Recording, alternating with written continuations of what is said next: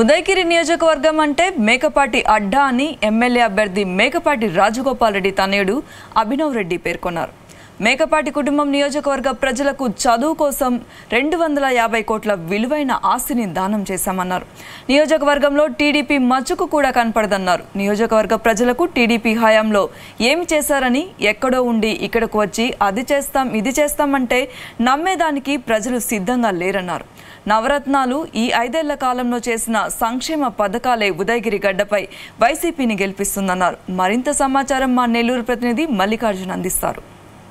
నియోజకవర్గంలో అయితే మేకపాటి చంద్రశేఖర్ రెడ్డి పార్టీ నుంచి వెళ్ళిపోయిన తర్వాత ఉదయగిరి నియోజకవర్గ ఇన్ఛార్జిగా మేకపాటి రాజగోపాల్ రెడ్డి అయితే బాధ్యతలు స్వీకరించారు. అప్పటి నుంచి కూడా వైసీపీని కూడా ఇక్కడ ఎక్కువగా మొత్తం కార్యకర్తలను కానీ అవతల పార్టీలోకి టీడీపీలోకి వెళ్లకుండా చూసుకుంటున్నారు. అలాగే చూసుకుంటే వెనక నుండి కూడా నడిపిస్తూ తండ్రిని తనయుడికి బాగా ఇక్కడ నియోజకవర్గంలో కూడా వైసీపీ బలోపేతం చేస్తూ యువతను కూడా ఆకర్షిస్తున్న మేకపాటి అభినవ్ రెడ్డి ఉన్నారు. ఆయనతో మాట్లాడే ప్రయత్నం చేద్దాం. చెప్పండి సార్, అసలు నియోజకవర్గంలో ఇప్పుడు మరో 20 రోజుల్లో కూడా ఎలక్షన్ ఉంది, పోలింగ్ ఉంది. ఈ పోలింగ్లో కూడా ఈసారి అంటే గతంలోంచి 40 ఏళ్ల నుంచి మేకపాటి అడ్డా ఉంది నియోజకవర్గం, అది మరలా మేకపాటి అడ్డా అవుతుందా లేకపోతే కొత్తగా వచ్చిన టీడీపీ అభ్యర్థి కాకర్ల సురేష్ అడ్డా అవుతుందా? అసలు ఏంటి ఇక్కడి నుంచి నియోజకవర్గంలో మీరు ఏ నాయకులకు కానీ అలాగే కార్యకర్తలకు కానీ ఏ విధంగా భరోసా ఇస్తున్నారు? నా గట్టి నమ్మకం ఏంటంటే నెల్లూరు డిస్టిక్లో ఉదయగిరి నంబర్ 1 మెజారిటీ వస్తుంది వైసీపీకి. దాంట్లో ఏమాత్రం తగ్గేది లేదు. ఏంటంటే లాస్ట్ 6 మంత్స్ నాన్న వచ్చినప్పటి నుంచి మేము చేసిన గ్రౌండ్ వర్క్ ప్రతి ఓటర్తో మేము కనెక్ట్ అయ్యాము, ప్రతి లీడర్తో కనెక్ట్ అయ్యాము. సో ఆ నమ్మకం మాకుంది. Plus more than anything else voter మాత్రం ఎక్కడికి వెళ్ళట్లేదండి. వాళ్ళు గట్టిగా పార్టీతోనే ఉన్నారు. ఎందుకంటే వాళ్ళకి వచ్చిన పథకాలు, వాళ్ళకి వచ్చిన అన్ని విధాలుగా చూసుకుంటే వాళ్ళు చాలా బెనిఫిట్ అయి ఉన్నారు. సో మాకు ఆ నమ్మకం ఉంది.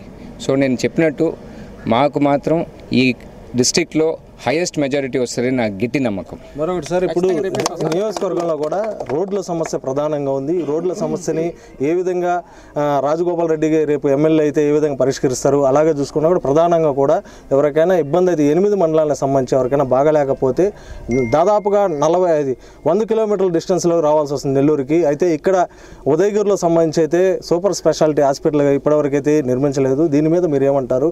ప్రజలకు ఏ విధంగా హామీ ఇస్తారు? సో మా ఫస్ట్ ఫోకస్ వచ్చేసేసి డెవలప్మెంట్ పైన. ఏంటంటే రోడ్స్, డ్రింకింగ్ వాటర్, అది బేసిక్స్. సో దానిపైన ఎక్కువ ఫోకస్ చేస్తున్నాను.